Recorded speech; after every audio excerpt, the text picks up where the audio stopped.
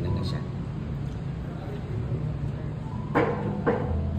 Kaunting kalaman, ito si Kuya Kim Koy at nandito pa rin tayo sa Tagpuan Cafe upang tilawan ang kanyang bestseller na strip loin. Ang strip loin ay isang klase ng baka na may scientific name na Bacchacenus mu. At tilawan na natin ngayon at lagyan natin ng sabaw, ay ng sauce.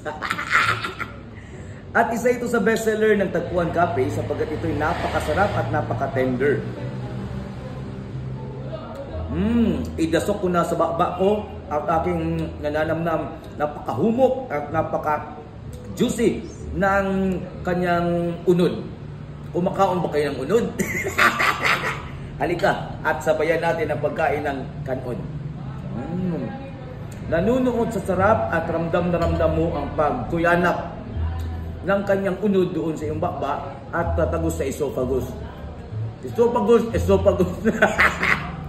Napakalami at itry na po ito sa pagpunta dito sa Tagpuan Cafe sa Libre Road, Buan, Davao City. Ang pinakalami na tender at napaka-juicy na strip loin.